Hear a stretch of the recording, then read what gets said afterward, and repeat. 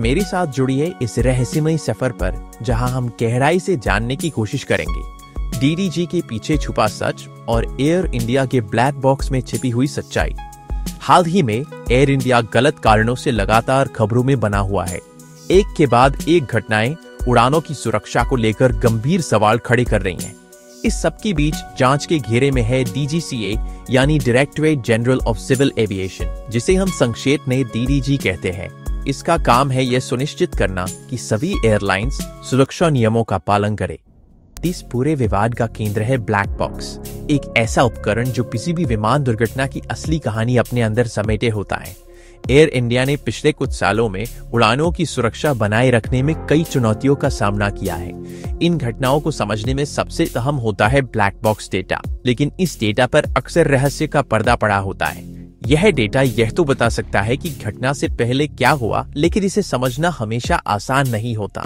और सबसे बड़ी चिंता यह है कि इस डेटा को लेकर पारदर्शिता कितनी है। क्या डीडीजी इस डेटा का सही उपयोग कर रही है? तो आखिर ब्लैक बॉक्स होता क्या है?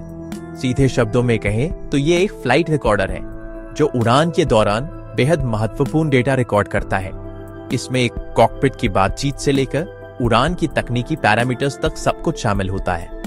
ये इतना मजबूत होता है कि किसी भी दुर्घटना के बाद भी इसकी जानकारी सुरक्षित रहती है। इसी डेटा के जरिए जांचकर्ता पता लगाते हैं कि दुर्घटना के पीछे कारण क्या थे।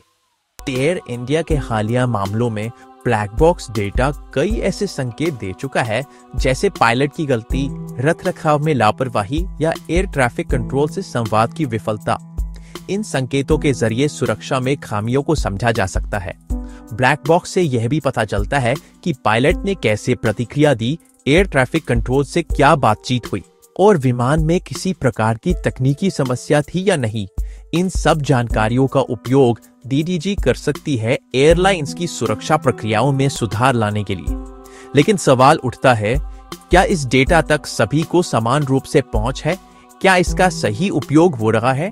क्या एयरलाइंस को सही तरीके से जिम्मेदार ठहराया जा रहा है?